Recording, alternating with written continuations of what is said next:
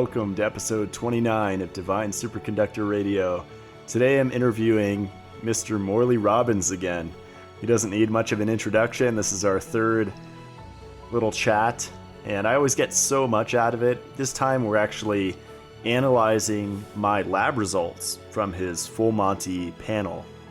So this measured iron, magnesium, copper, but not just ferritin in the iron, and that's what these shows with Morley are really beneficial to listen to, because people think, oh, you just, measure ferritin, just get an iron test, and you're good, right?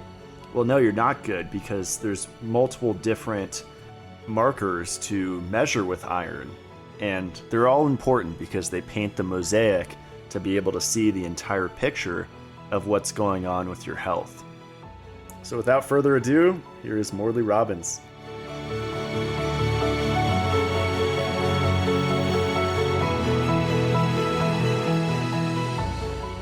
All right, here we are, round 3 with Morley Robbins. Welcome to the show. Well, thank you. Really looking forward to our discussion today. I think it's going to be a lot of fun. Yeah, I always appreciate your knowledge and wisdom, and just the mineral puzzle, the mosaic is so big, right? That it takes a lot of time to break it down, and even time to digest the information. That's what I found, just to kind of assimilate. Yeah, no, I think that's a very good observation. Here's where I think people miss the mark. We've been trained to think that it's complicated, and so we look for complexity. And the beauty of minerals is they're really smart, but they're also very simple in their function. And when we can accept that simplicity, again, with the famous saying, it's called Occam's razor, and Occam was like a 12th century or 13th century monk who loved mathematics. That was his real love. But he came up with this phrase, Occam's razor, which is sometimes the simplest solution is best. And we live in a world now where people look for complexity because it can't be that simple. It's just, so I think that's the beauty of the minerals. Once you understand their mechanism and how they work and what their job is, it's fascinating to then begin to apply that knowledge across a broad spectrum of enzyme activity that they're responsible for. It's very cool. I love it. Yeah, I come from the supplement world, as I think you know, and I've been, I had friends that worked at the grocery store, the health food store, quote unquote. And I think people are going to CBD oil. That's a huge craze right now. Oh, they are. Yeah. No, that's the media darling right now. And most of the people who are using that are retinol deserts. And they don't know that because they've been taking a lot of vitamin D. Because it's the thing that's really, I think, in play here, and I think we may have talked about this before, is we are operating under a strategy of mononutrient focus. And so we learn everything we can about K2 and just focus on K2. And then suddenly it's, no, let's do calcium now. And everything's all about calcium, never telling you that, wait a minute, magnesium and calcium work together. Iron and copper work together. A and D work together. And there's always frick and frack in the body. The body never works with one side without the other. And people don't seem to realize that. Yeah, that's a good point. It's like a seesaw. And I see the same thing with diets. And Absolutely. Gratefully, I got off of that this year, and I was on that rigmarole for the last almost decade, just jumping from diet to diet. And, oh, this is the answer to longevity. It's caloric restriction. No, it's protein restriction, all these different things. And you just get lost, instead of looking for balance. And the part that people don't realize is that the whole concept of calories in, calories out, that's just mythology. That's not how the body works. That's the most pedestrian, pathetic way of managing the body. It doesn't work that way. But that's the popular theory that everyone seems to ascribe to. It's true. So in this episode, I want to kick it off with my lab results. So you told me about, I think it was in our first chat, this iron panel, and I was really surprised with how in depth it is and how affordable it is. Only a couple $100, which I think is priceless to see your status. I mean, your iron doesn't jump like other things in your body, right? Like people think, oh, blood test is just a snapshot that's just 1 second, but your iron is something that's pretty static unless you're donating blood regularly, right? Well, I think we have to be really careful about that. You're making a good point, but let's put a little more meat on those bones. So we know we have these minerals in our body. There's what, 92 in the ocean. There's 18 that are essential. There's, I think there's a half a dozen that are really involved with the stress response, but there's only three that I focus on: and magnesium, bioavailable copper, and iron. And again, that's too simple, right? It's got to be more complicated, right? So the thing is that when you think about the metabolism of the human body, there are a lot of moving parts. I think we can all agree on that. And what's fascinating is the whole concept of circulation, the movement of blood. It's pretty important. And it was in 1642 when William Blake, he was the guy that said, I think these artery things and these vein things, they connect. And that was heretical thinking back in the 1600s. But it's very important because do you know how many miles of veins we have in our body? Isn't it like 75,000 miles or something? Yeah, I think it's somewhere between 60 and 75,000. It's a big number. And what is it? It's 25,000 times 25,000 miles around the Earth. So it's at least twice the circumference of the Earth. That's inside our body. That's all those little veins moving blood. It's like, oh my gosh. And why do we have to do that? Because we got to supply tissue with oxygen and other nutrients. And then it's got to get back and got to get cleaned out, blah, blah, blah. But we don't think about the magnitude of activity that's behind that. And then you come to realize that there's something called the iron recycling system. And the scientists, the hematologists, like to call it the reticuloendothelial system. And it took me 2 years to figure out they were trying to say recycling. And that's a very sophisticated process of macrophages, the Pac-Man of the immune system, gobble up those red blood cells, and they're supposed to be able to release the iron to go back to the bone marrow so it can be used to make the next day's batch of red blood cells. So you have about 25 trillion red blood cells in your body. You've got about 100 trillion cells in your body. A quarter of them are red blood cells. And you lose about 1% a day. That's if they're living to be 120 days old. And I think in your body they're doing just fine. That looks pretty good. But someone who's anemic, who doesn't realize that the low iron means that's actually stuck in their tissue, well, then the red blood cells are not living 120 days. I can assure you that. And that's a big problem. So the thing is, we've got this movement of iron and blood all day long, 72 times a minute our heart's supposed to beat.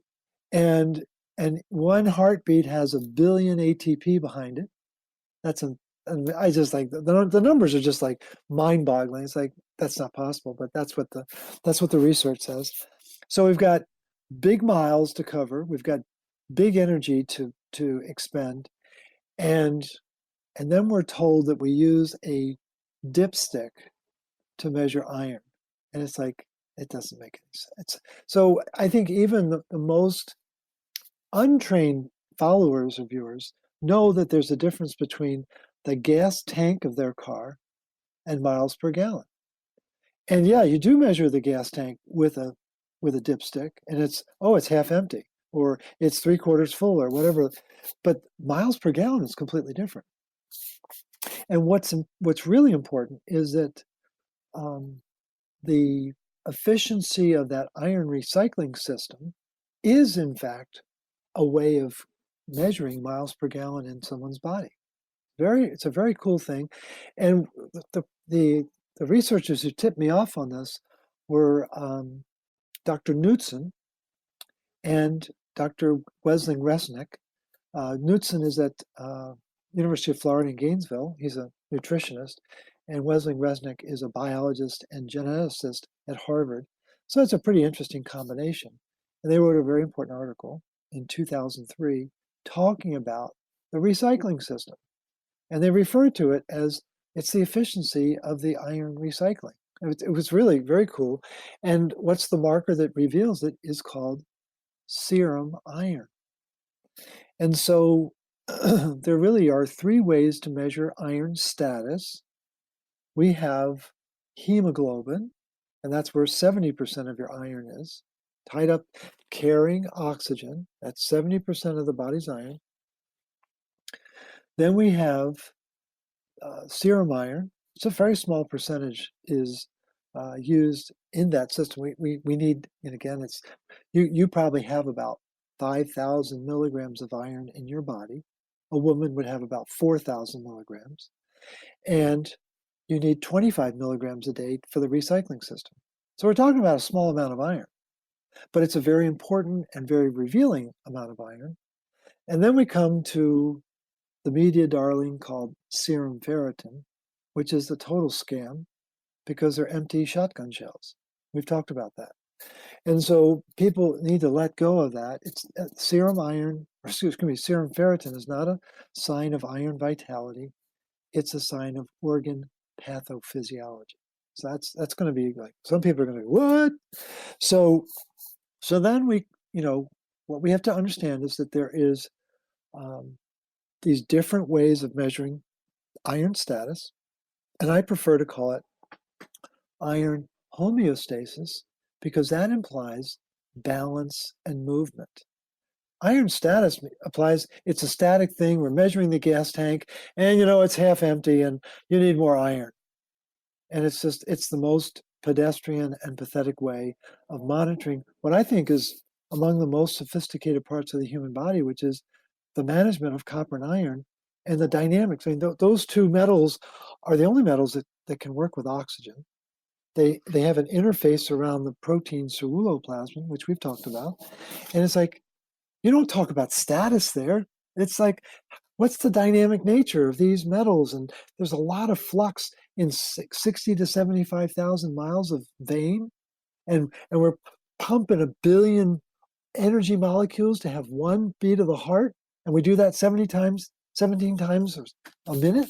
Like, come on, we gotta connect the dots here. And so then we come to your blood work. Now you're going to actually put that up on the screen for folks, or how are you going to do that? I think I'll just post a little screenshot below. Okay. But before we continue, when you say like MPG, miles per gallon, are we talking about like efficiency of energy production, essentially, of the body? It's actually efficiency of energy of iron recycling. Mm, And okay. so the closer the serum iron is to 100 in a woman's body, and the closer it is to 120 in a guy's body, the more efficient the recycling is. And again, there's the whole concept of iron is there's a catch side and a release side. And 5% of the iron that we need every day, we need 1 milligram of iron a day. That's 5% of the total for the recycling. So 5% is catch and 95% is release. And the funny thing about the research is 95% of the research is on catch and about 5% is on release. And what's the mechanism of release? It's copper.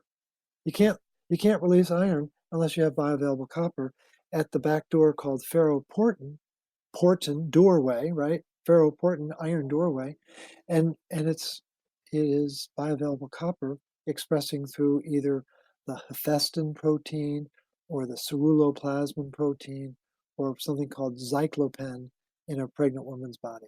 So those are the proteins that are allowing that enzyme expression to ensure iron is moving.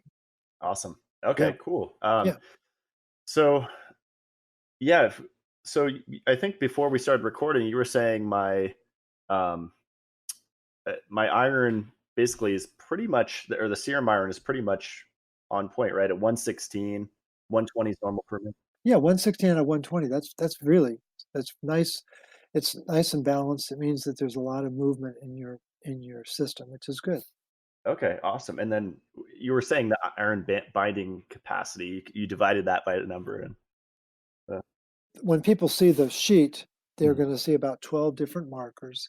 And so what led to this even being created, and it's not, these are markers that are readily available. I just decided to put them in a single blood test. I was increasingly frustrated with the metal measurement that was taking place in hair tests. When I learned that the first thing they do with a hair sample is burn it, that means they oxidize it, which means it freezes the oxidation state of that metal. And so copper has two states, zinc has only one state, iron has two states. It can have as many as three or four, but typically two states, and manganese can have five states. So what we're getting is a +2 oxidation state. Well, that doesn't help to know that, right? So that's when I started to delve into the world of blood. And, there's other practitioners who focus on urine, and that's another language. I'm really conversant in minerals in hair and minerals in blood. And that between the two of them, I can really guide people and educate people about what's going on. And so the panel was developed to look at different facets of iron homeostasis and iron metabolism. And what people need to realize is that there is no iron metabolism and there is no copper metabolism, but there is copper iron metabolism. And those two metals are joined at the hip of a key protein called ceruloplasmin, which we've talked about in other sessions. So what you've got is your another important marker is what's called total iron binding capacity. And what that tells us is how many docking stations are there for iron in the blood. It's a good thing to know. And that it's a derivative of how much transferrin is in your body. And so an easy way to measure it, yeah, let's see, your transfer. Okay, so your transferrin is 23. They actually have it here. It's 23.9. So let's just see what the actual number is. So we've got 232 divided by.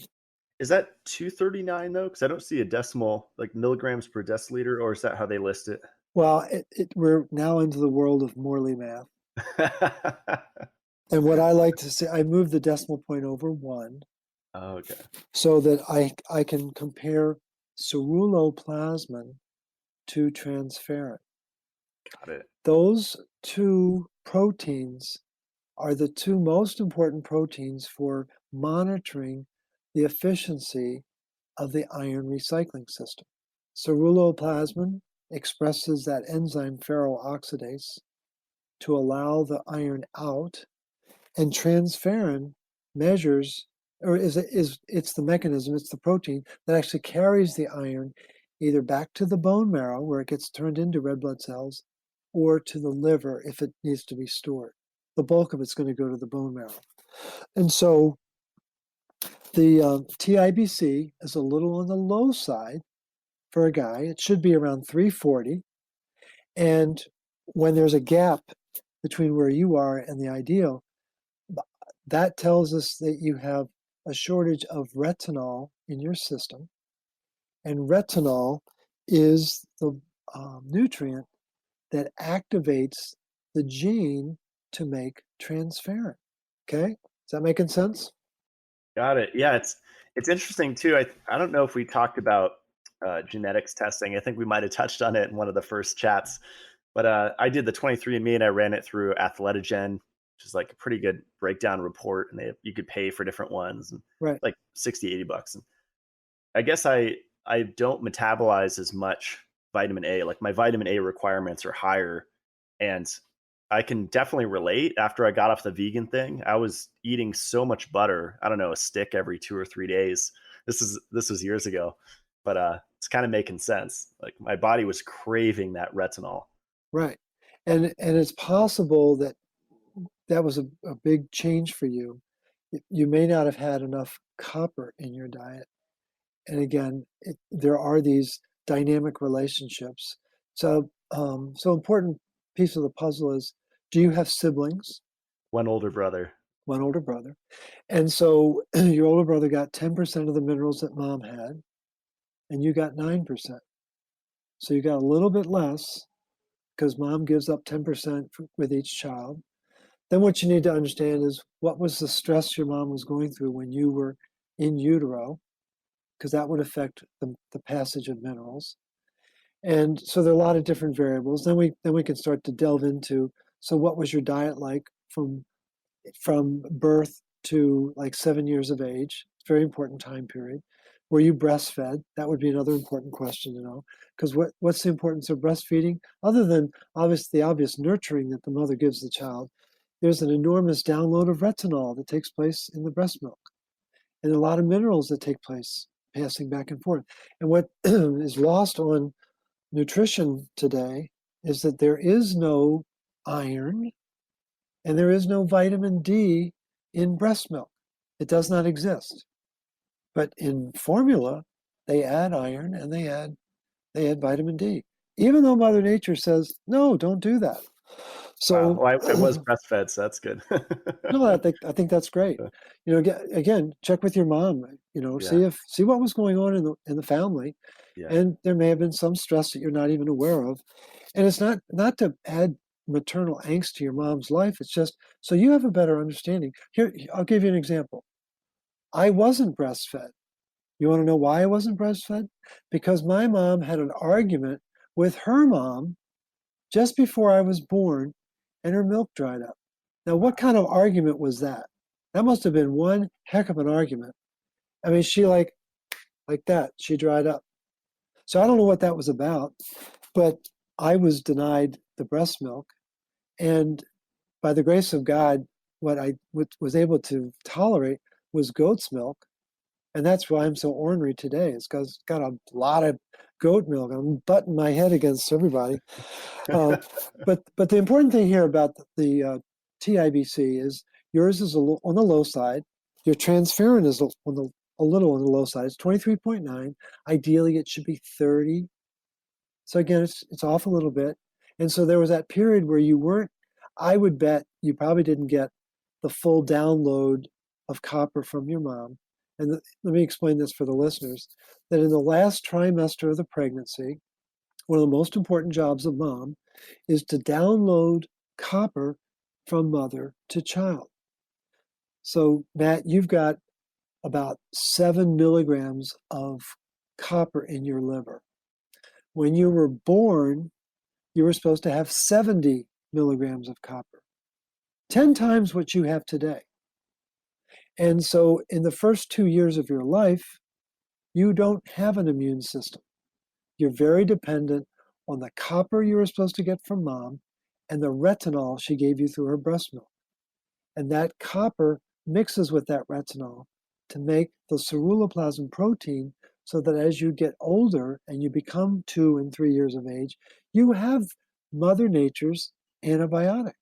Now, what's happened is, in an iron-crazed world that's told that they're going to get heart disease by eating cholesterol, they've stopped eating food with cholesterol.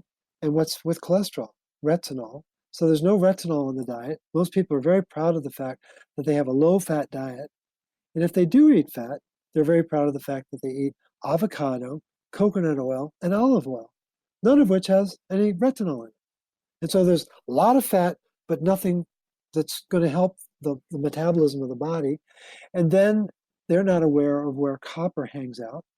And it's really found in organ meats. And organ meats have been taken out of our diet since the Second World War by design. And so your transferrin on the low side, and ideally, what's a check and balance in the system is the number for transferrin and the number for ceruloplasmin should be about the same number. And you're close, so 23.9 versus 25.3. And so that's, it's close, but it's not ideal, because the ceruloplasmin, when it was discovered in the 1940s, people had a ceruloplasmin in the mid 40s. So you've got 25, and we're supposed to be excited about that. And so I give people, I might make the target 35, and that's still a stretch for a lot of people, because most people that I do blood work with have a ceruloplasmin between 18 and 22. So you're above the curve, which is very exciting. That's a good thing. And so then we find out that your serum copper is 122. Technically, it should be 100. Okay. So that there should, in a guy's body, there should be more iron, 120, than copper, around 100. Okay. And that's true for men and women. We should have a serum copper of about 100. Now, there's a way to do a calculation to get the percent unbound copper, because everyone's always like, well, how much unbound copper do I have? I need to know, because I'm going to go crazy if I don't know that. And you were saying in the last show, it's bound to something, right? All copper is bound to something, right? Exactly. It's like there's no unbound copper. That it's a pleasant idea, but it doesn't work that way. So times 3. So we take ceruloplasmin times 3. So that's 75.9. Okay. So then we take 122 minus 75.9. That's 46.1. And divided by 122. So what this is saying, I'm going to double check the math. It's saying that as much as 37.7% of your copper is unbound. And that's a little on the high side, higher than I would have expected. But the point is, it shows that there's some slight metabolic imbalance there. And when was the last time you had an antibiotic? Oh, it was probably when I was in high school. So okay, so it's been a while. It's been a good long while. Yeah, it was like a pneumonia one. So it's been years. I don't know, 15. And given you're very careful about your diet, I'm going to guess that it's been a long time since you've had exposure to glyphosate and high fructose corn syrup. Yep. Yeah. I can't remember. Okay. So then we're left to wonder, what's the chemical that's tripped your ceruloplasmin wire to cause it to release copper into the blood? So any Tylenol in your past? Growing up, I took some. Okay. Yeah, here and there. Okay. Well, I'm not a psychoanalyst. I'm not trying to put you on the couch. I'm just intrigued that someone who's as healthy as you are, the copper's a little higher than I would expect to see it. But it's so there are certain compounds that kind of throw like most of the compounds that we're exposed to in society. They tweak the ceruloplasmin. Now here's one: ascorbic acid. How much ascorbic acid have you had in the past? A lot. I remember growing up, emergency, I would take that all the time. And it probably was some glyphosate exposure too, because it's my understanding that's airborne. It's everywhere. Even the healthiest health nut can't avoid it. So I've been doing a lot of gelatin and glycine, which I think helps, in the form of liquid bone broth. That's right. So I'm probably still getting rid of the glyphosate, I would imagine.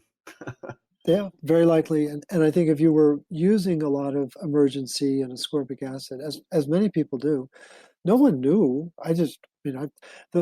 Actually, what's important to understand is that in 1948, two Swedish physiologists, Holmberg and Laurel, wrote about ceruloplasmin for the first time. It was a very almost religious moment for them. It was a very special experience.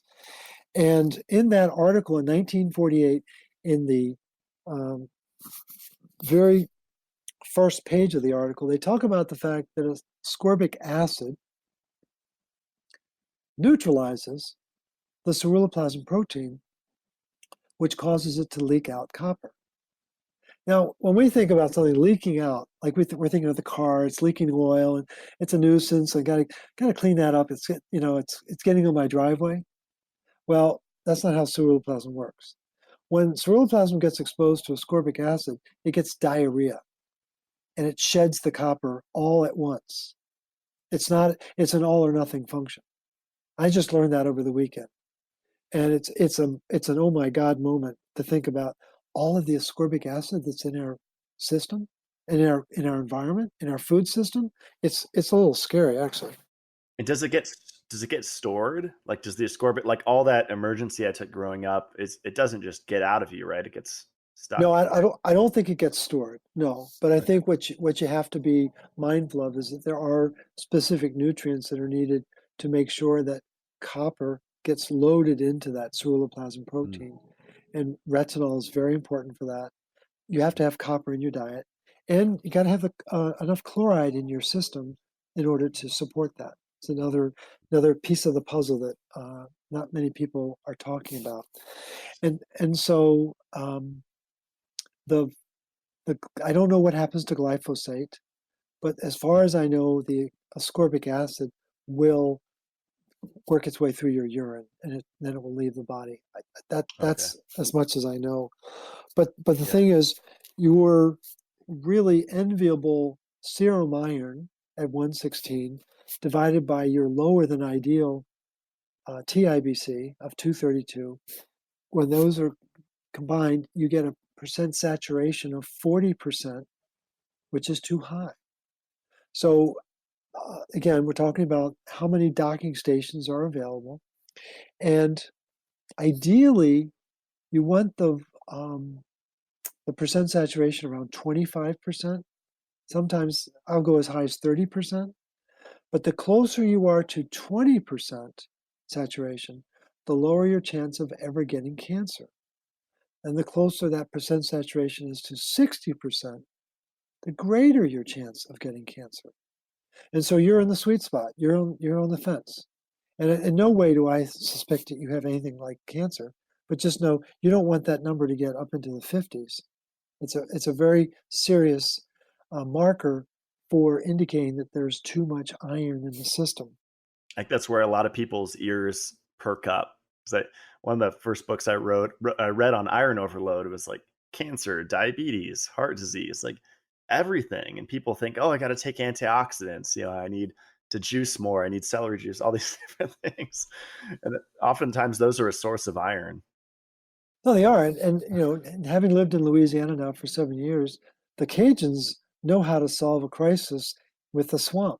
You drain it, because when you got oodles of snakes and alligators and all sorts of bugs that you don't even want to think about, they know they got to drain the swamp. Well, what's the clay in our body? It's called our liver. What's clay? It's got a lot of iron. And what's the swamp in our body? It's the blood. Most people have swamp water. They don't have blood. It's frightening how much iron people have. So we're working our way through the iron side. We see that your ceruloplasmin is strong, not ideal, but it's strong, and it looks like there's some unbound copper. Well, that'll be a source of sleepless nights for you to try to figure that out. Your zinc, spot on at 100. I'm very, very comfortable with that. Again, people need to know that I don't supplement zinc. I don't encourage people to do that because it puts copper into handcuffs. You can't afford that. Then we come to ferritin. Your ferritin is 40, and I have a reference range of 20 to 50.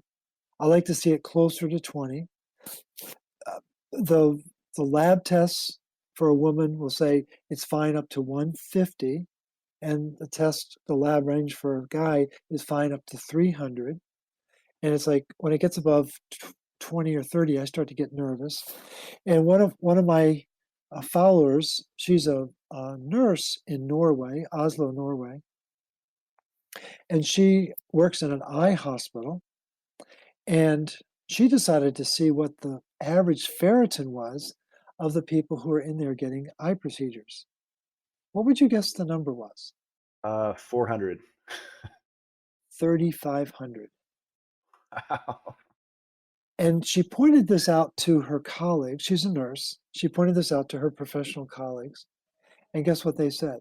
What? Yeah, well, who cares? That No to big them, deal. it didn't even register. So ferritin, what people, again, just to amplify it, serum ferritin is a total false flag. It's empty shotgun shells. Now let's go back to ceruloplasmin for a minute. I think you were asking about what happens to the ascorbic acid, to the glyphosate. Let's talk about what happens to ceruloplasmin.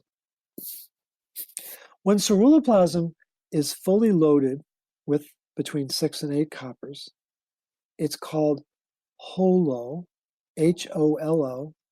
It's fully loaded. It's able to then express many different enzymes.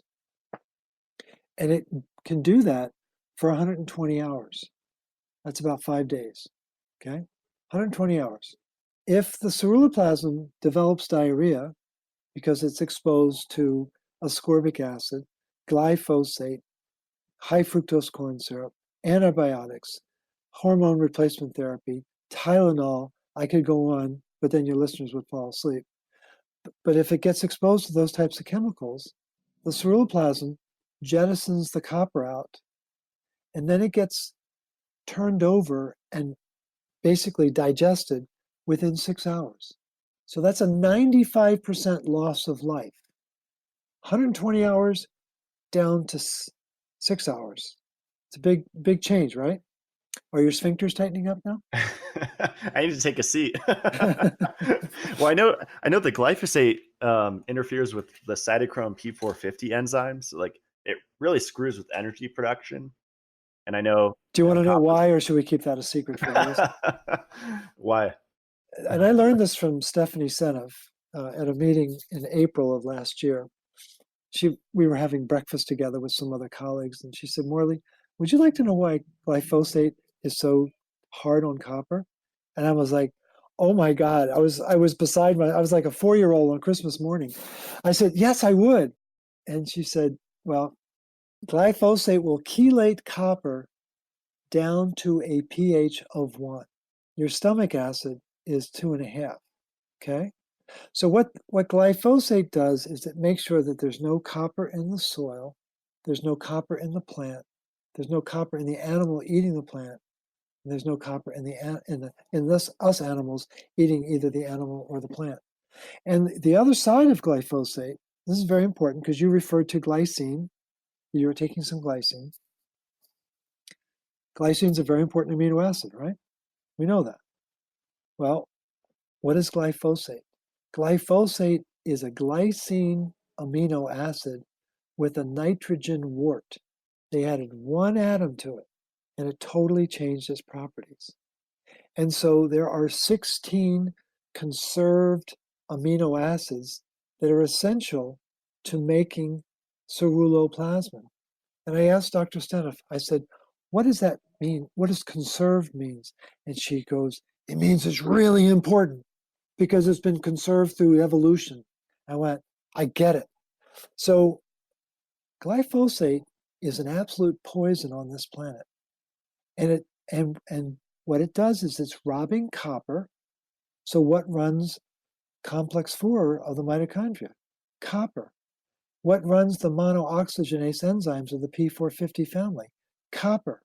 What runs the antioxidant enzyme pathways? Copper. You getting a theme here? Do you think for a second that this is an accident? That's definitely by design. That's wild. And so everyone knows about iron, and they know they need more iron because they think it's a candy, and they think they're copper toxic, and so they're afraid of it, and so they're trying to get rid of it. The people in big pharma land must just be laughing their way. It's like, oh yeah, take more iron and get rid of the copper. That's right. That's exactly what we want. Yeah, I wouldn't be surprised if there's inorganic iron in the vaccines. I mean, just however they can get it in, especially when there's no immune system, like you mentioned. But that's a whole nother rabbit hole. Well, yeah, but what the listeners need to do is get the inserts to any medication that they're taking, Yeah. and look for the phrase ferrous oxide or ferric oxide. Those are two different ways of saying rust. And they're using those chemicals as coloring agents. Get it? Wink, wink. Because what color is rust? It's red. And so they want some of these pills to look red. I mean, I'm not kidding you. It's like they don't miss a trick. It's unbelievable. So I have a question for you. When you were talking about glyphosate, and I understand that whole food vitamin C is a source of copper, right? So there's the complex, there's bioflavonoids, and P vitamin factors, C. J factors, right. And so organ meats are a better source than fruit for copper because of what you mentioned, right? It's not in the soil, and animals. I mean, it's going to be more concentrated in like beef liver versus like I don't know, an orange, right? Or a mango or a pineapple? Great question.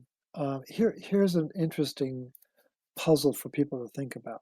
Citrus trees grow in soil that has a lot of iron in it, and they produce a fruit that has copper at its core, at the core of the vitamin C molecule.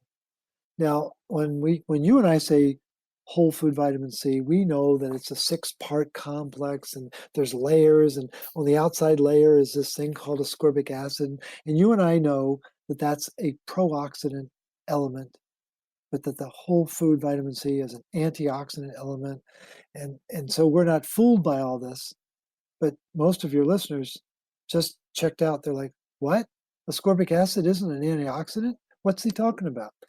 And so I think one of the great marvels of nature is that Mother Nature has figured out a way to turn that iron in the soil into copper in the fruit of the plant. I don't know how that happens. It's a classic example of biological transmutation. It's a classic example of alchemy. And people are like, oh my God, this guy's talking about alchemy. He's got to be a nut job. But but Quack watch. Quackwatch, right? But that's how Mother Nature works. And you know what farmers pour on their soil? They pour blood on their soil. What's in blood? A lot of iron. Wow. So And so the thing is, your question is about is beef liver a better source of copper? Well, here's the whole catch. I've got a friend who is a client, became a student. He's just a really good guy. His name is David Crizzo.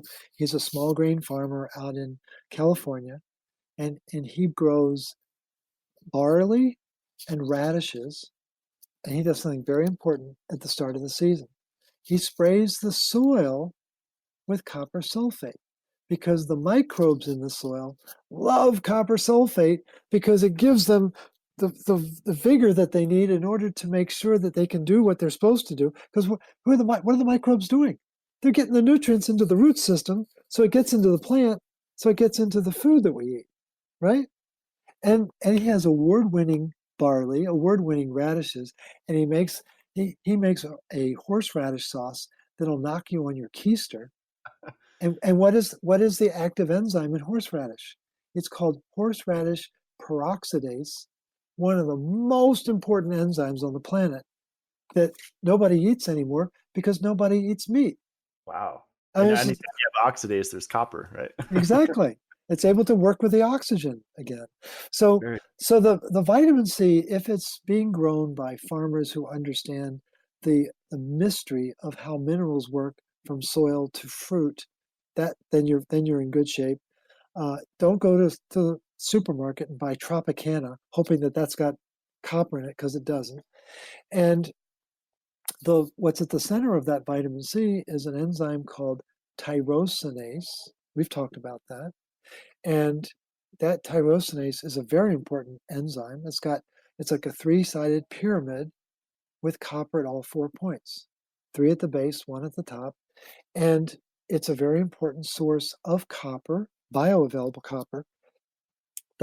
And one of the enzymes that ceruloplasmin expresses is the tyrosinase enzyme. What a coincidence. Isn't that amazing? So again, the thing that we're missing on your blood test, we know what your ceruloplasmin is. What we're measuring there, Matt, is think of ceruloplasmin as cars with hoods down in the field. And we know that 25.3 cars are in the field. That's very cool. But the hoods are down. We don't know, are there engines? Are there running engines in those 25.3 cars? Now, if you go to an auto show, the owners they're really proud of their engines, and they lift the hood and the engines are running, and that's a really cool engine. Well, there's a test that can be done.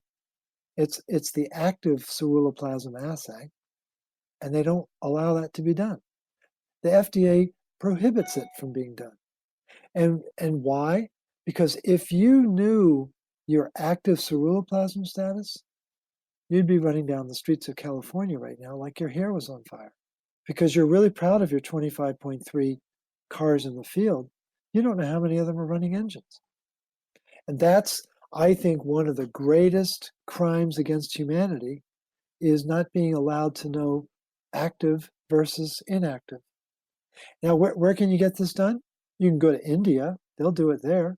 No, I'm serious. You can go to Spain; they'll do it there. You can go to Scandinavia; they'll do it there, but not in the United States, and certainly not in Canada, not in Mexico, not in South America. Think about that. Isn't that amazing? I'm going on a vacation to Europe. I just There you go. said. I would go to the Taj Mahal and then go to the blood center across the street. That's what I would do. But so then ferritin, again, you're a young guy. I don't even know. What's your age? What are you? I'm 31, about to turn 32 in a few months. So Okay. All right. So you're still a puppy. You know, I've got 34 years on you, and you could outrun me, I'm sure. But I'm going to be in a car, so get ready. But the thing is, I would be doing regular blood donations for the rest of your life. But a You don't. question on that. Yeah, go ahead. Can I do every 2 months instead of every three? Because I just feel like that would be fine. I don't know. I could Well, do that. again, keep in mind that there's a lot of goodies in that blood. It's Mhm. not just iron that's stuck in there, right? Mhm. And again, you're young. You've got growth hormone. You've got another 8 to 10 years of growth hormone, and that will hide a lot of sins. I think you would benefit from regular blood donations, maybe 2 or 3 times a year. I don't think you need to do it 4 times a year. Just to have that tonic of donating a pint and then allowing the body to rebuild itself. It's a very important mechanism that our ancestors knew about. Um, then as you get into your 40s, then what I would encourage you to do is start doing blood donations on a quarterly basis for the rest of your life. And it's fascinating. They've done studies of blood donors versus non-donors. And in a given community, 5% of people are regular blood donors, 95% not so much. And when they do studies of longevity, comparing donors to non-donors, the donors always outlive the non-donors for only one reason. They have less iron in their body. It's so basic. It's like, oh my gosh. But again, a lot of your listeners are looking for complex. Yeah. That's too simple. Give me then go to a blood center and donate standing on your head. And it still works. And a lot of my friends, I don't know if it's excuses, but they say I can't donate for whatever reasons, tattoos, I don't know, local laws, or they have, STD or whatever it is. I've Sure, heard right. people say Although different no, things, there are but they many can, reasons. but they can still get a blood test, right? Like I love that site, request a test. I mean, That's right. because they just, They you can don't, get a don't need, blood test. And I think what you're going to do is you're going to show them both your test and my norms, which I think is great. I appreciate that. Mhm. And then they can listen to us yammer like this. But you're right. They do. I think they would be wise to do the blood test.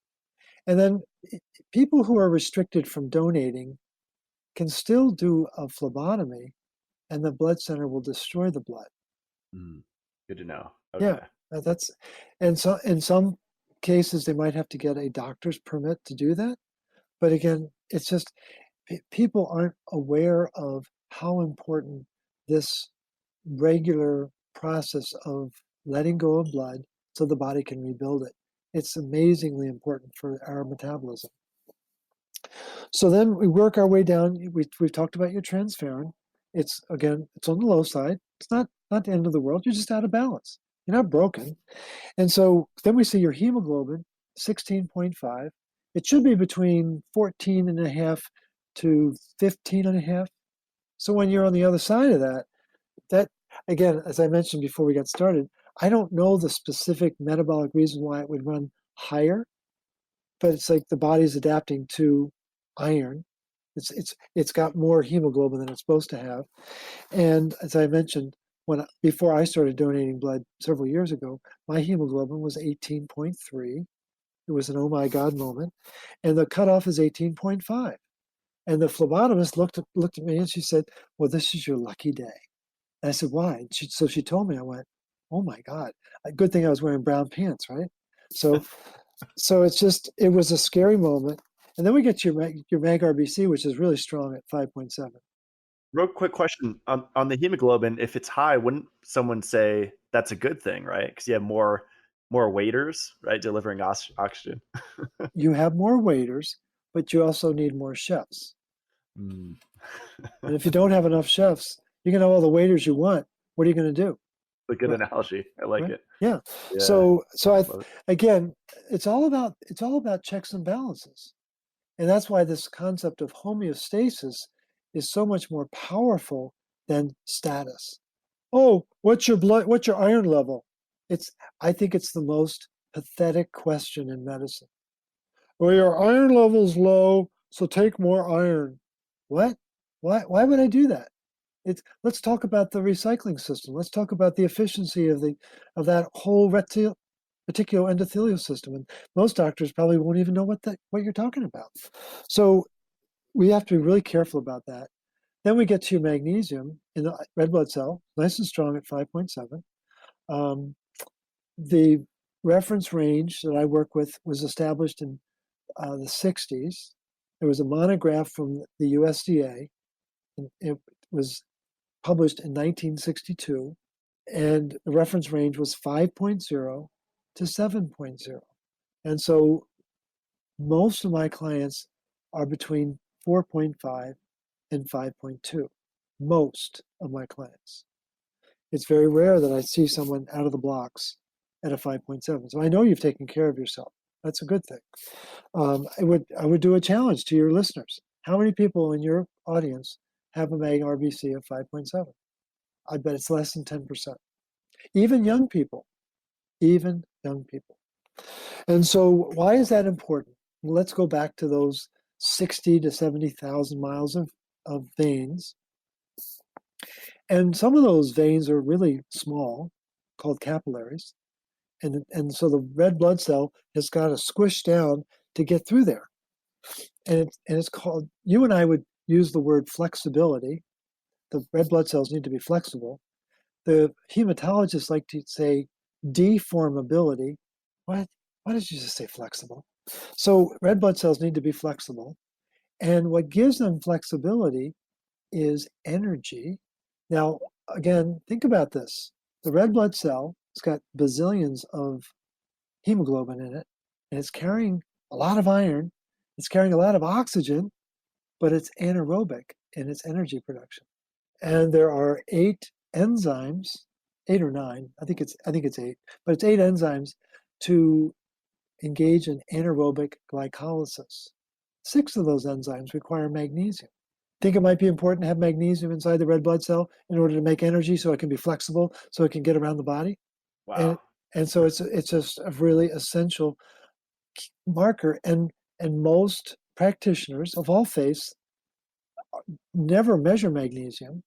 And if they do, they're going to measure it in the serum. Well, magnesium doesn't hang out in the serum. It hangs out in the cell because it's got to make energy.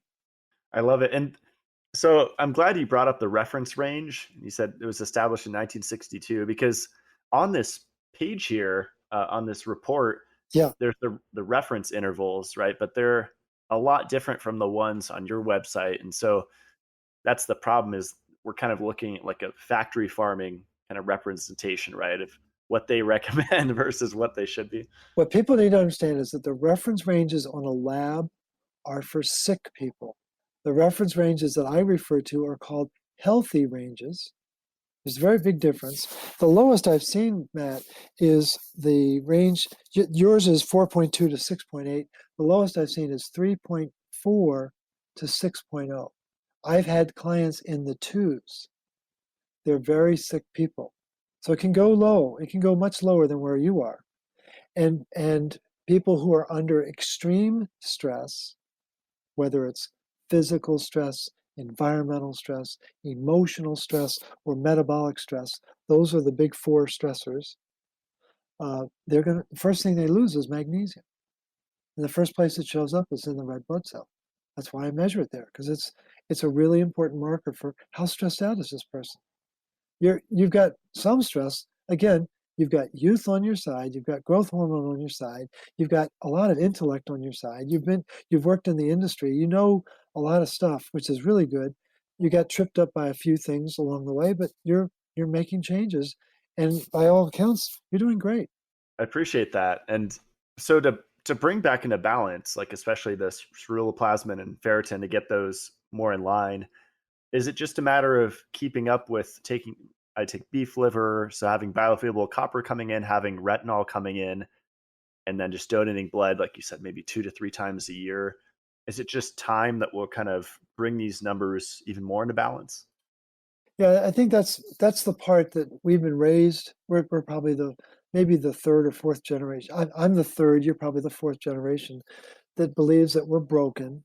And I'm so sorry. It's just you got broken genes, you got broken enzymes, and so our ancestors, they had a different diet. We know that. They had different farming practices. We know that. And the construct of the root cause protocol is to reintroduce nutrients that our ancestors knew about, but also to jettison supplements that are causing more harm than good. And people need to know that taking a lot of ascorbic acid is not a good idea. Taking iron supplements, not a good idea. Taking vitamin D in isolation of retinol, not a good idea. And there's a whole bunch of them. There are like a dozen different factors. And so people just need to know that when the body does have access to these nutrients, it knows exactly what to do. Very important. I love that. Yeah, I always opt for herbs and medicinal mushrooms, like Sure, chaga, reishi, turkey tail, sure. lion's mane. All these are really big right now. And then even goji and schizandra, like the berries. I take some tinctures, and sure, there's a good amount of copper in those berries, so Again, it's safe.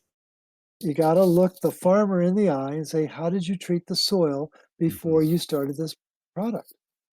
And the farmers that are really devoted, like David Crizzo, will talk your ear off about what they do. The farmers that want to hide what they do will start to talk about the weather. They'll change the subject very quickly. I've had those Wow. conversations with farmers. I'm sure not about the chemtrails either. Just more boring. That's right. No, the thing, you're absolutely right that mushrooms, historically, through the ages, yes, mushrooms are a very important source of nutrients. Vitamin C is just one of them. What is it? It's the meat of the earth, right? Yeah. It's a very important nutrient. But if Um, the soil isn't being treated properly, it doesn't. You can read all the books on mushrooms you want. What? How did that farmer treat that plot of land to produce that mushroom that you're about to eat?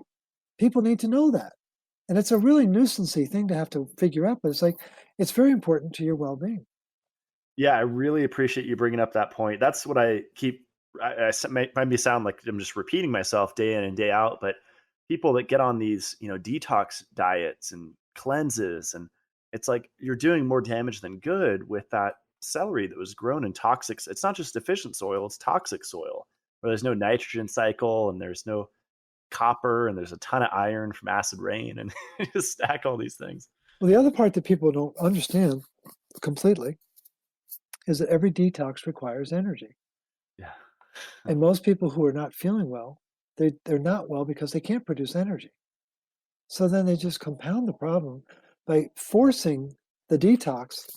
The body says, what are you trying to do? I'm confused now. And I'm not a big fan of detox for detox sake. I It's think, another stress. yeah, Yeah. it is another stress. That's a very good point. It's a metabolic stress that people don't think about. Let's talk about vitamin D and vitamin A, or hormone D, as you like to say, because it's funny. There's a popular neurosurgeon out there that his vitamin D, he recommends 60 to 80 or 70 to 80, something crazy, and you recommend 30. Was it nanograms per deciliter? So there's a huge misconception about hormone D, right, in relation to vitamin A, and Right. So one of the first people that really educated me about this, his name was Fred Kummerow, Kummerow.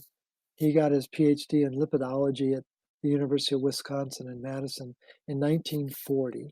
And I met him when he was 98 years old, full of energy and very dynamic man.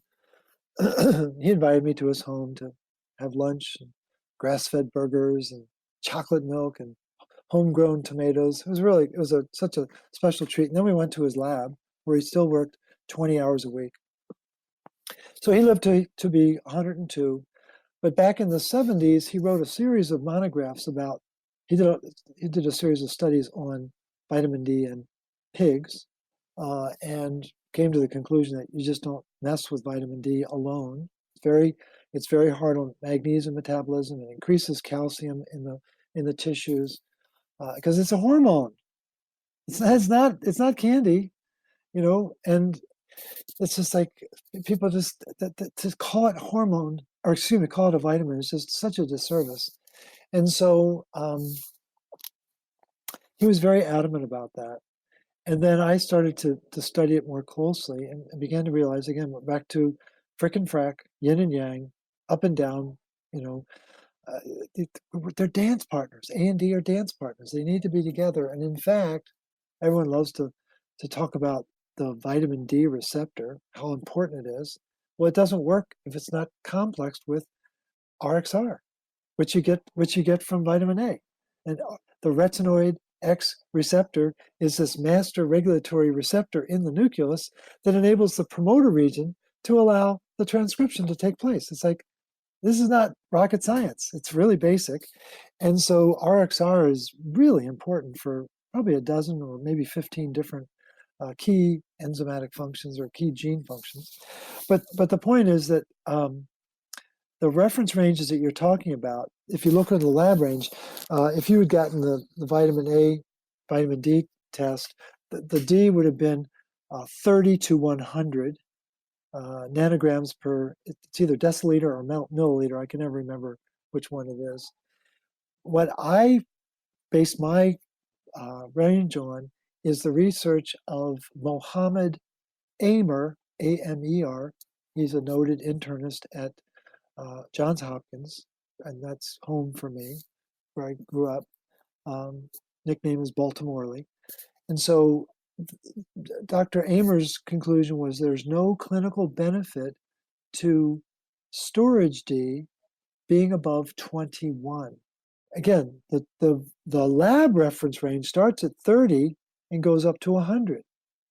No one in their right mind would try to get their vitamin D, their storage D, up to 100 because it's what they're completely missing is what's the impact on retinol and what's the impact on active vitamin D.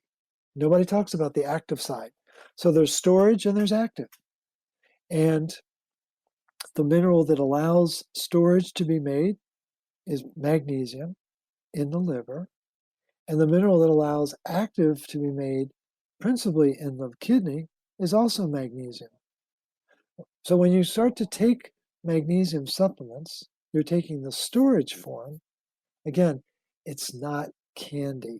It's a hormone. Hormones are very powerful. If you take let's pretend that a hormone is salt.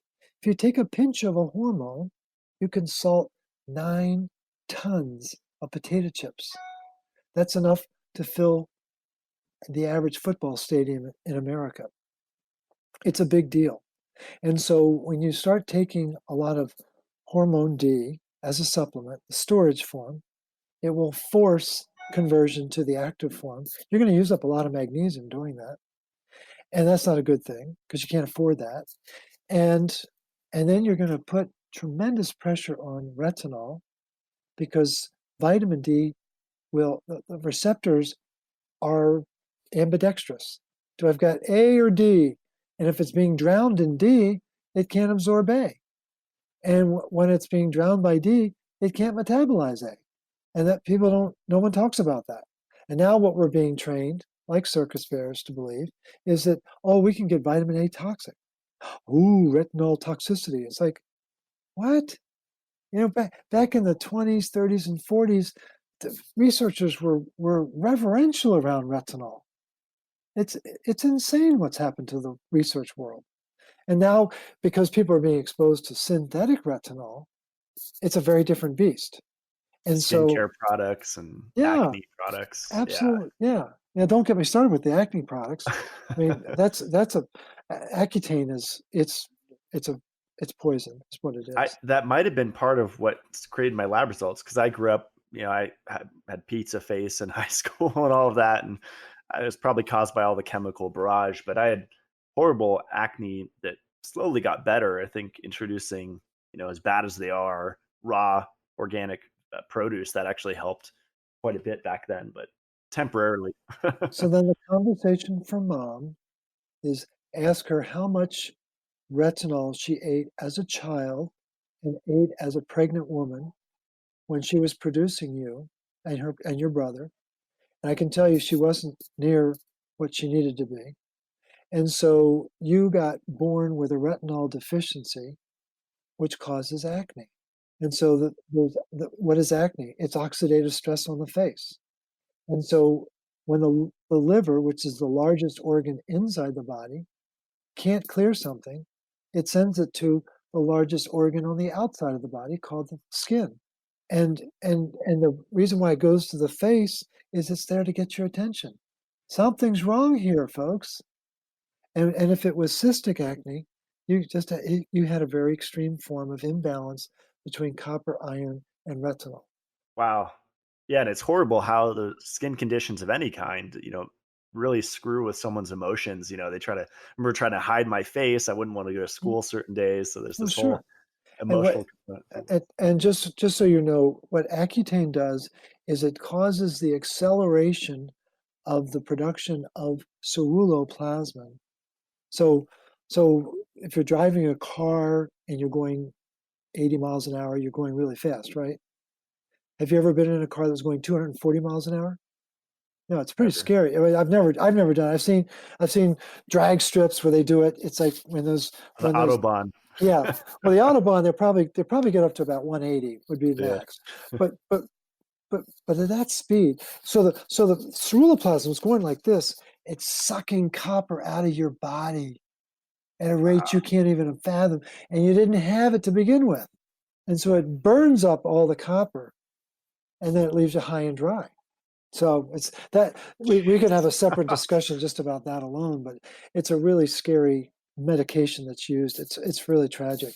I'm seeing a So theme that here. would I make think you mentioned cancer therapy, right? That depletes copper, whatever they use, right, for chemo or whatever. So no. there's The this thing is, system. people don't realize how important oxygen is to our well-being. We got to be able. We don't just need to carry it. We need to activate it. We got to turn that oxygen into water so we can make energy.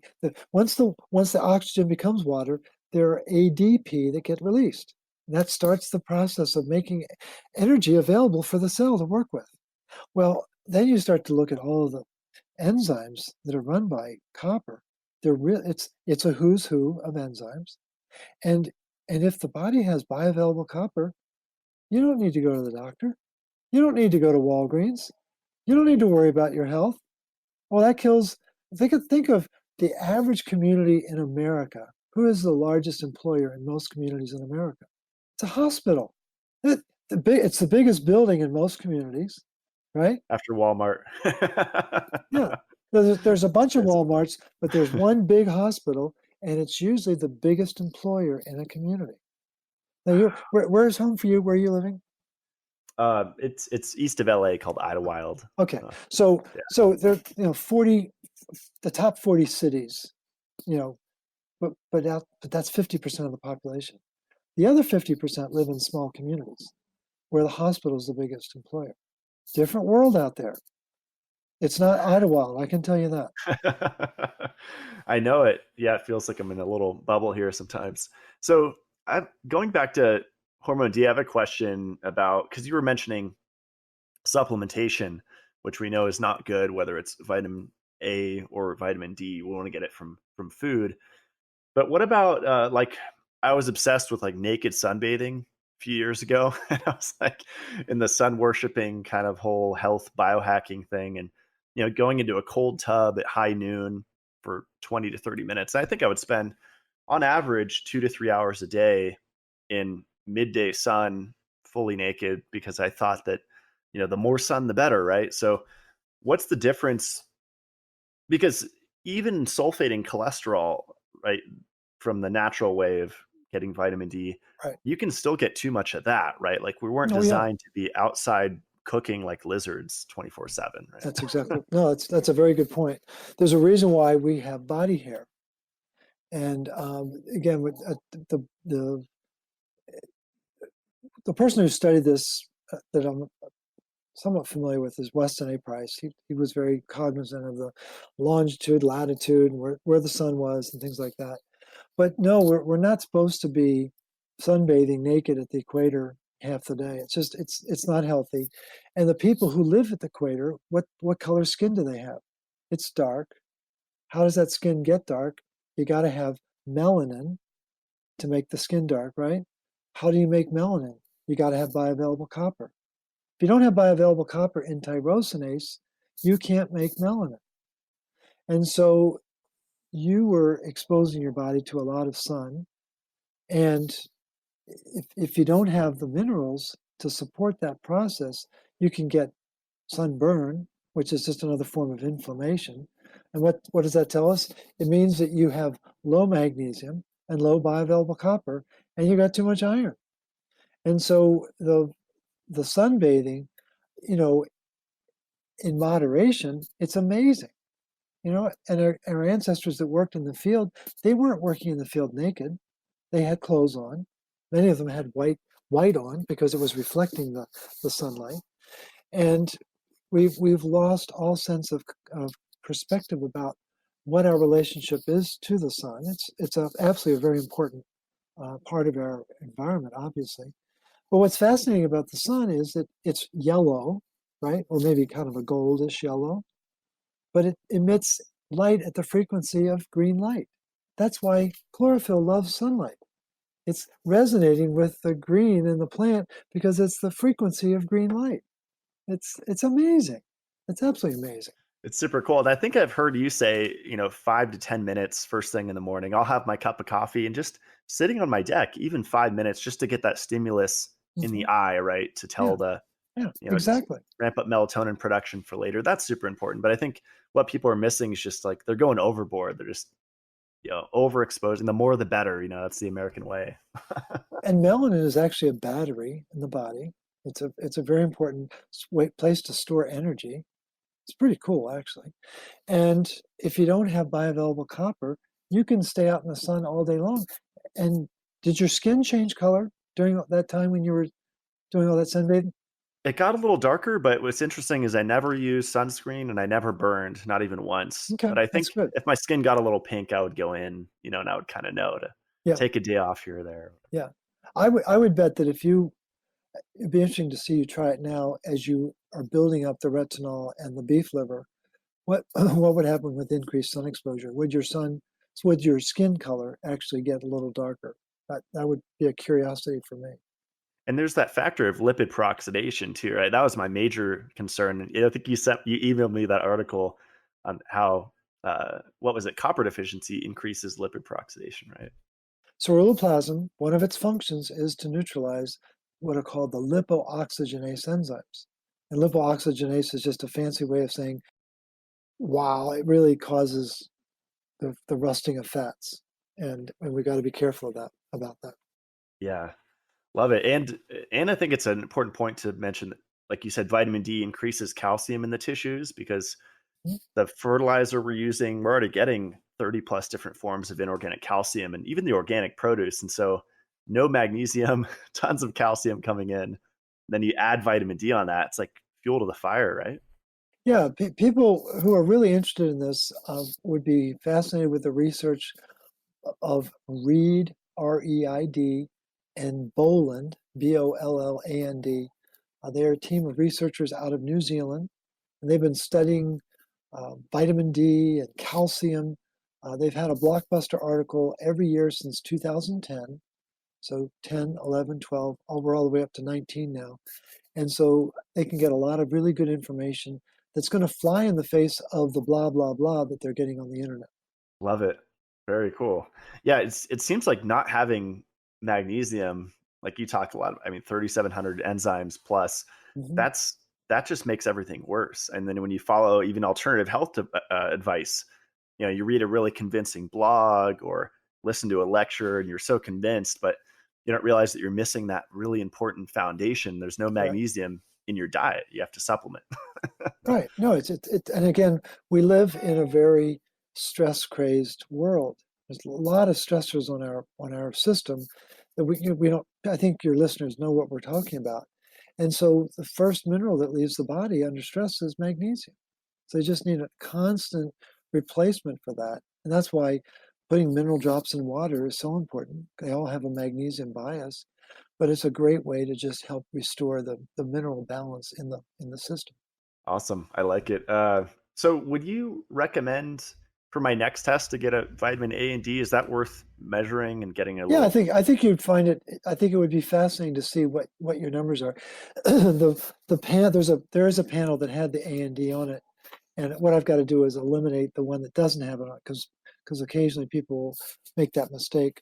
But yeah, you can get the A and D, and I think what would be fascinating for you is to get the storage D, which is the 25 hydroxy, get the active D, the 125 dihydroxy, and get the retinol, the serum retinol. Those three together, that would be another dimension of discussion that we could have about where you stand. Because I think overall you're in really good shape. You know, you're not a rock star, but I talk to a lot of people your age that aren't anywhere near as balanced as you are. So I think, next time you're with mom, give her a big hug. She really got you started right. But the thing is, you've got to be, you want to get on top of this because you've got 8 years, because you're going to hit a brick wall when you're 40, and you're thinking there, what does he know? Well, when I was your age, a guy my age said that to me, and I said, what does he know? And when I turned 40, I hit a brick wall.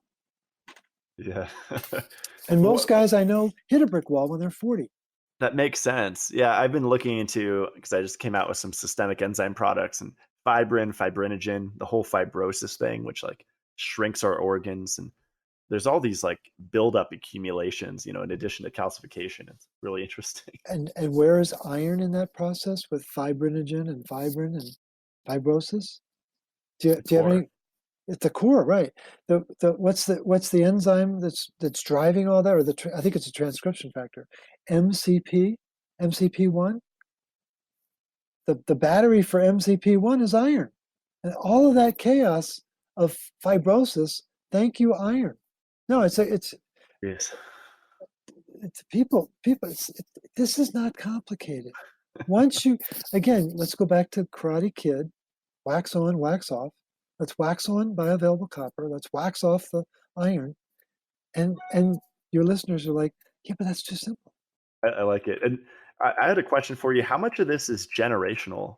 Like, because I think you sent me an article about copper deficiency, and I think you mentioned we're going on 4 or 5 generations because it's not only what my mom did, but what her mom did. Her And mom her did, mom, right? right. So when did they start to change farming practices in a big way? After the First World War. They had a lot of nitrogen and potassium after making munitions. This is true. This is not, I'm not making this up.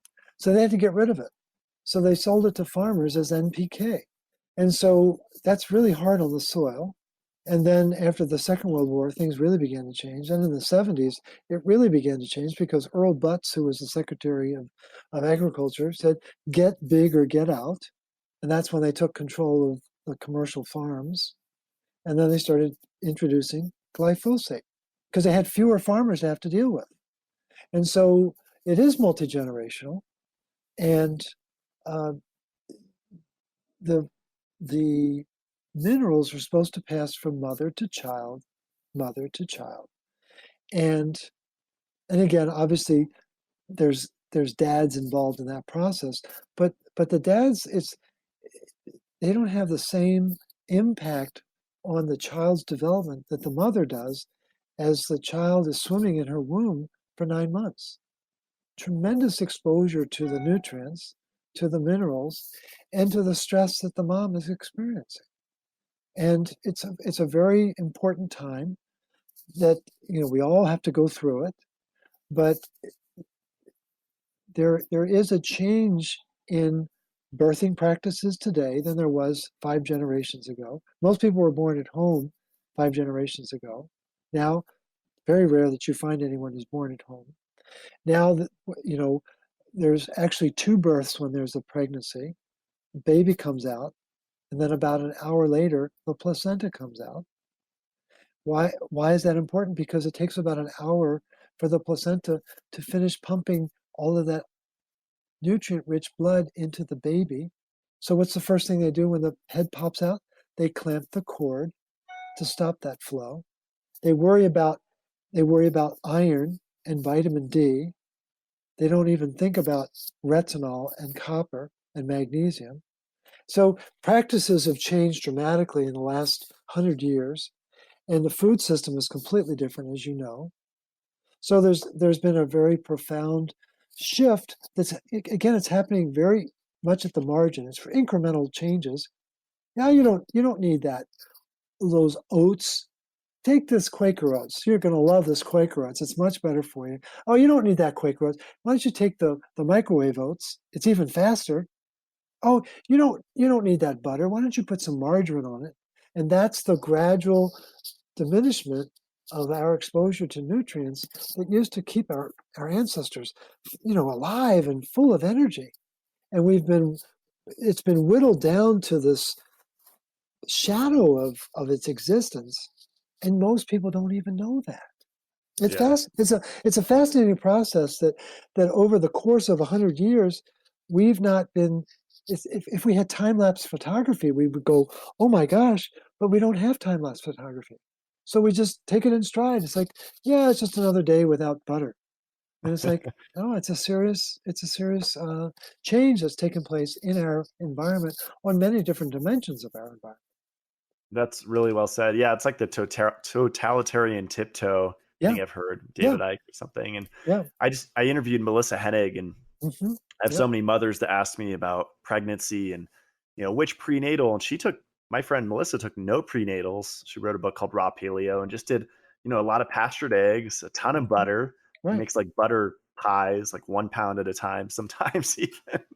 right. And she just built her baby with animal fats and raw milk and honey. And that's what her great grandmother did. That's what her great great grandmother did. That's what her great great great great grandmother did.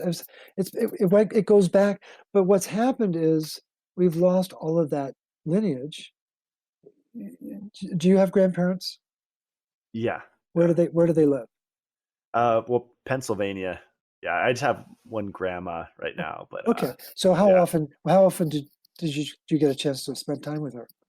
Oh, I haven't seen her and I can't remember. So it's Yeah. And yeah, I'm not trying to make you uncomfortable. I'm just trying to yeah, point yeah. out that I would go see my grandfather at least, if not 2 times a month, maybe 3 times a month. Spent a lot of time with him, and but that was that generation, you Yeah. know.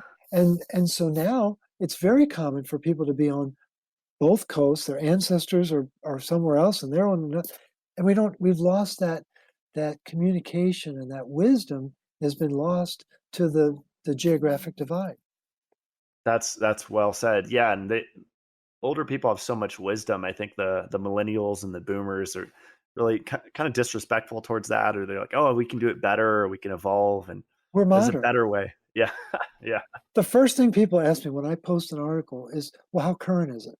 I said, let's talk about how enduring it is.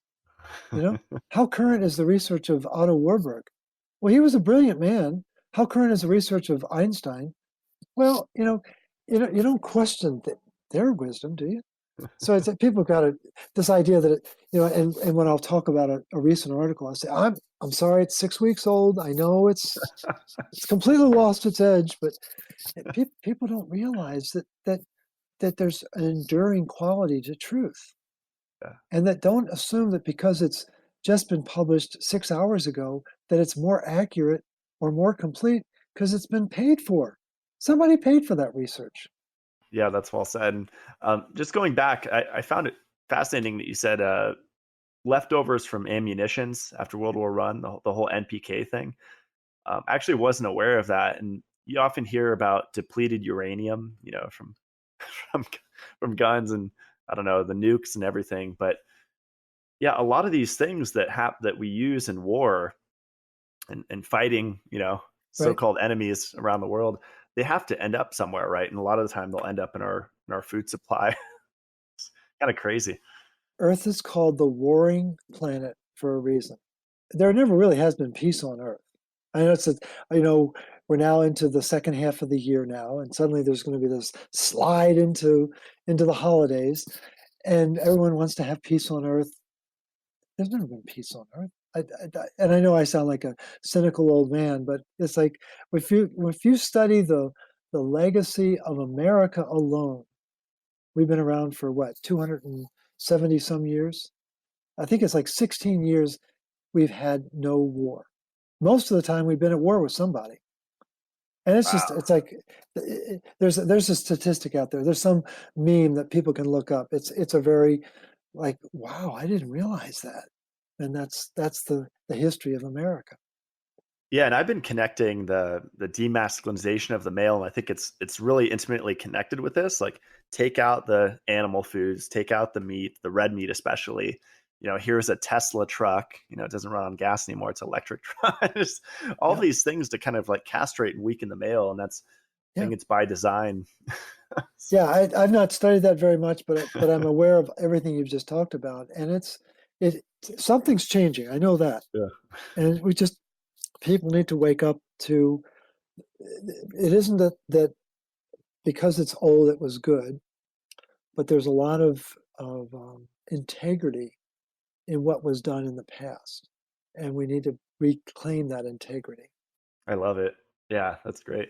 Just wanted to end on a philosophical note. Was Well, there was that it, or do we need to build on that? I'm sure we could for hours. Yeah, Yeah, I took a community college class, and my teacher had us read Howard Zinn, People's History of the U.S., and you just talk about the violence, and it was all violence. And I think what a lot of vegans and vegetarians need to understand is that life eats life, right? And everything, it's we're on a planet where everything eats, even the plants, right? They have their own defenses because something eats them, and just right. No, it's just that's the way the planet exists. I don't know what it's like on other planets. If there is life, I assume there's life on other planets. I think it would be pretty presumptuous of us to think we're the only people that have life. That doesn't make sense to me. When there's billions of galaxies, I don't know. But yeah. I don't want to go out there because then people think we're crazy. But Well, doesn't Mars have a ton of copper or something? Or there's something because it's red? Is it iron? Yeah. Mars is red because of iron. Venus has a lot of copper. Venus has Oh, the copper. Yeah. interesting. So I don't know how that helped form the Earth, but it was very instrumental, I'm sure. Yeah, got to go there and load up. Yeah, right. Yeah. Let me know when you get back. I can't wait to talk to you then. Yeah, our next interview will be in like 30 years. So. Yeah. That's right. Yeah. 3 seconds for you, but 30 years for me. Yeah. That's right. That's Was right. there anything else you wanted to say about A&D, or I'm sure we can continue the I conversation. think what's important for people to understand is that A&D are best taken together, and the best form that I know of is cod liver oil. I know there's all sorts of psychodrama around this. Should it be fermented? I don't endorse fermented. Um, the the concern about the lipid peroxidation, we've talked about that. There's also parent oils now. I know there's a scientist who's really worried about that. Again, most of this research has been done in the absence of any knowledge or any consideration for bioavailable copper. And anytime we're talking about fat, you can't talk about fat if you don't talk about bioavailable copper. And you can't break down fat. The beta oxidation enzymes are copper dependent. And all these pathways that work with fat need copper. And if you don't know that, then a lot of this research does sound scary, and it's really frightening. But Mother Nature, why would Mother Nature put fat on this planet if we weren't meant to metabolize it? And it just the people have lost sight of that. And it's very important that fat is just a much richer source of energy. It's more nourishing. It sustains us better. It provides more um, ATP, and it's a more efficient way to get our nutrients. Yeah, I'm fascinated by the palmitic acid, and I think that's really overlooked, in saturated fat just building the cells. And yeah, those are really great points. The part that people don't know about is acrolein, acrolein. I'm sure you know about it. And the fear about polyunsaturated fatty acids is it turns into acrolein. Well, it's acrolein that's the bad guy. And the irony is, it was never the saturated fat that was the problem. It was the polyunsaturated fats making acrolein, which is this incredible toxin inside the body. And if people don't know that, it's like, wow, this polyunsaturated fat sounds terrible, or it sounds great, or people are totally confused because no one's talking about acrolein. Yeah, and I don't know if you've seen the like Jack in the Box now. You can go and buy a Beyond Meat burger or the Oh, really? Impossible Burger, or one of the two. And Yeah, I think the second or third ingredient is expeller pressed canola oil. And the first ingredient's pea protein. It's just a frankenfood of like 30, 40 ingredients. And that's so, amazing. so in a copper deficient, magnesium deficient, iron overload, which is 99.9% of the vegans that are part of that movement for animal rights or whatever, and they're adding PUFA, that's to me like the biggest issue, right? Because you're just Yeah, lipid peroxidation through the roof. right. And There. so people who are vegetarian and vegan typically have low iron in the blood, and they're not making bioavailable copper because they don't have retinol coming from an animal. So they can't load copper into the protein to regulate the iron in their diet. It's in the cereals, it's in the grains, it's in the vegetables. You don't have red meat, I get that, but you're getting tons of iron because everything's fortified with iron, and the produce has iron in it too. And then if you can't recycle the iron because you don't have bioavailable copper, then the iron starts to build up in your tissue, causes rust, and then you get things like autoimmune conditions or Lyme disease.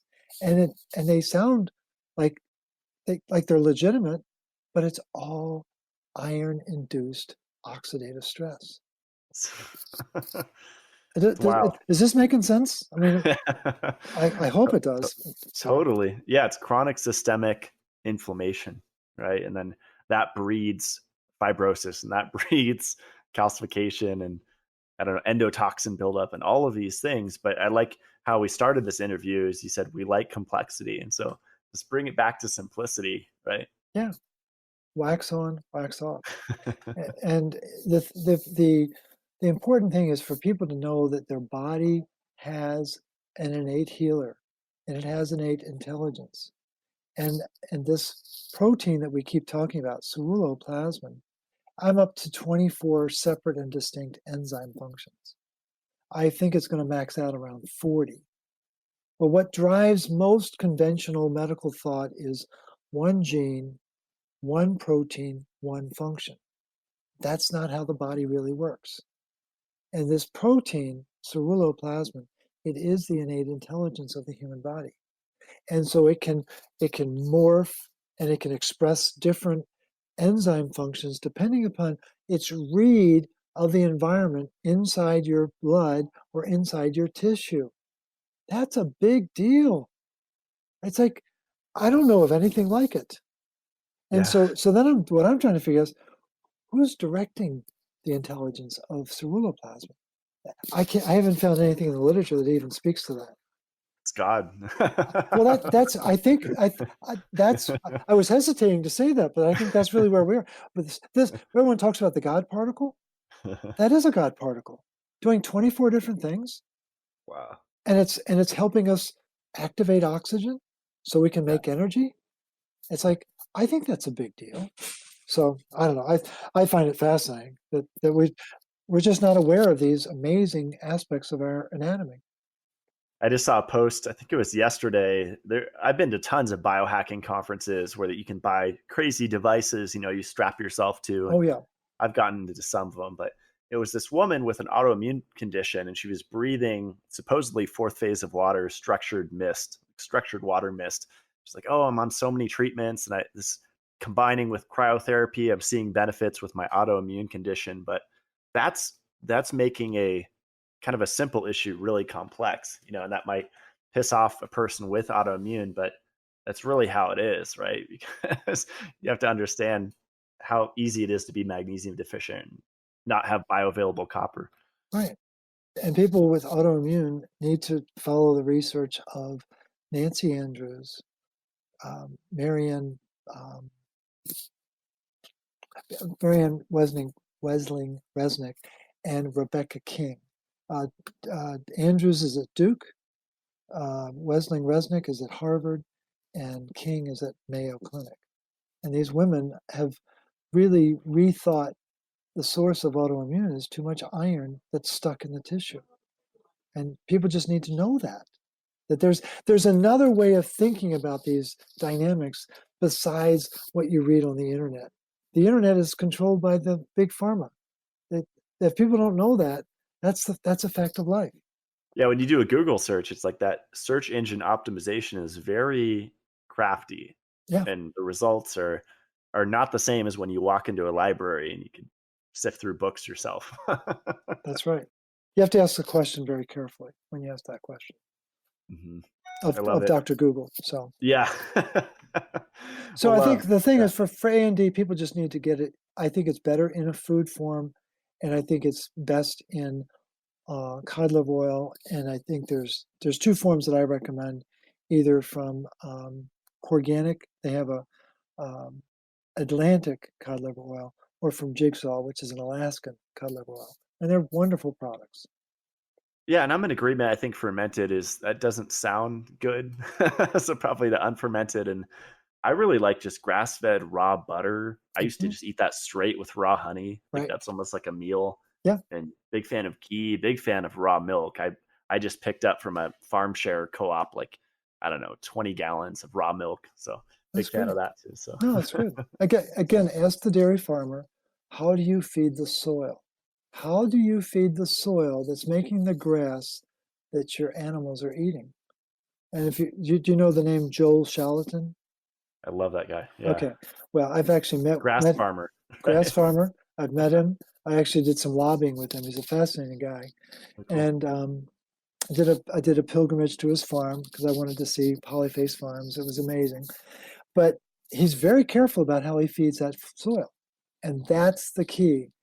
Every aspect of the food chain needs to be fed, including the soil and the microbes in the soil. Yeah, and what's scary to me, and this is something I want to get into, is I'm definitely going to invest in a farm at some point, get some acreage, just a passion in my heart. But the effect of, I mean, this is a whole it's a whole rabbit hole, but the effect of acid rain, the effect of tap water, pharmaceuticals, sulfuric and nitric acid, all of these things on the mycorrhizae, the acidic and alkaline microbes, That's right. You can just keep going deeper and deeper. And I think what we're missing is soil health. I really like your point, because these people growing our food are not scientists. They're just going to the store and they're buying the fertilizer. Even your favorite farmer at the farmer's market, he doesn't know what he's doing. It's just what it is. It's like, no. So Joel Charlatan is a living, legendary farmer. Someone who preceded him, his name was Sir Alan Howard, and he was very obsessed with soil health. You would find him to be a fascinating resource. He was over in England. What's his name? Sir Alan Howard. Howard. Okay. Awesome. I appreciate it. Yeah. I think the future is going to be in a greenhouse it can't be tap water or well water, because there's a ton of iron in well water. So it has to be filtered, it has to be in a greenhouse, protected from the elements, which are totally toxic. And yeah. It's a very different world we're going into. You're right. Yeah. Well, thanks so much for your time. Hang on, and we'll close out the show. Okay, sounds good.